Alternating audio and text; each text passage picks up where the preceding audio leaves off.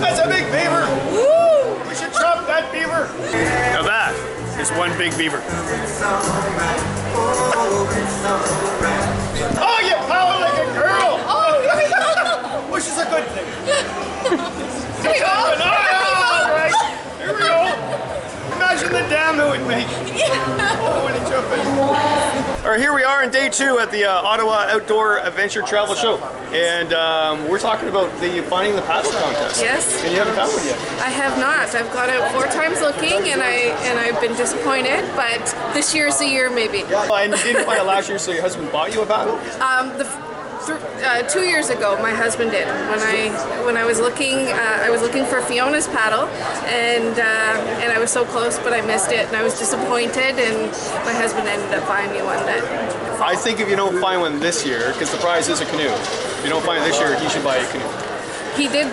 I do have a canoe. He Really? proposed with a canoe, so. Wow, that's a good husband. I should have married him when I had the chance. We're at the Eureka booth, and we're going to talk about Jetboil with a highly professional individual. So they're pretty much the top stove right now on the market, single burner wise. What's the new one? This one here. I just got that one last year and really liked it. This one's the Minimo. It has a better regulator in the burner, so it's actually a regulated burner versus the non-regulated in the zip and the flash. They've made it a sort of shorter, wider can, so it's easier to eat out of and give you and cook out of. Yeah. So because it has that regulated burner, it's going to give you about 6 times the simmer control. But you basically don't burn your food on the bottom. Exactly. You're not going to end up with crispy whatever. Yeah. And it's wider, so you don't have to dip your it's the spoon easier in. Eating angle is the coin term on it. Yeah, I love that one. Yeah, it's absolutely gorgeous. And they're coming out with one in April, end of April, early May. So it's the same burner on it. The only difference is it'll come with the smaller cup, so you can actually put all of the accessories stacked up in it. Because that's obviously like the one drawback to this form factor is it only really fits the burner and the canister. Okay, I've been wanting to interview this guy since I saw his presentation yesterday. Benoit. And him and his wife went on. Will you tell the story? Yeah, well, we paddled last summer between Edmonton and Montreal. We literally moved back home to Quebec, but they just decided to take a bit of a break and enjoy the scenery along the way. So it took us 5 months and a lot of adventures along the way. 5-year-old son came along with us, and despite a lot of people's skepticism at first, it was great for him. He had an amazing experience and learned so many things, and definitely didn't regret having him along at any point in time. This is Matt's story. Yeah, not a lot of all the things I prepared for on this trip, never in my mind did I think having a tapeworm was going to be one of them.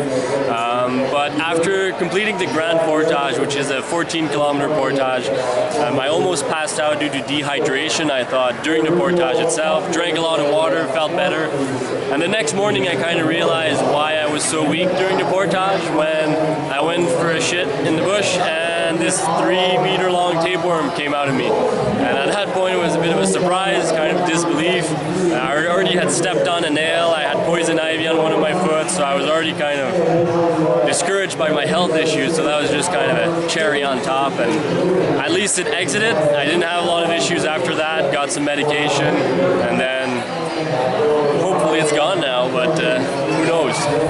I'm in awe. A 3-meter tapeworm comes out of his back end after doing the Grand Portage. I think it felt like I was probably dying and it decided to leave its host. Was it alive when it came out? Oh yeah, it was well alive, still kind of grooving around a bit. And, yeah, no, very disgusting to have something exit your body and still move. Did you take pictures? I took a few pictures as well, yes. Well, it looks like they had a good time. We're making a documentary about our journey to inspire other families to plan adventures of their own with their kids, and also just inspire kids to go outside and discover Canada and all this beautiful wilderness. So hopefully by next fall we'll be able to have put that together. We have a GoFundMe page, GoFundMe/paddlinghome, where you can learn more about the film and see a little teaser video that we put there. I will buy it and give them money if I see the picture of the tapeworm.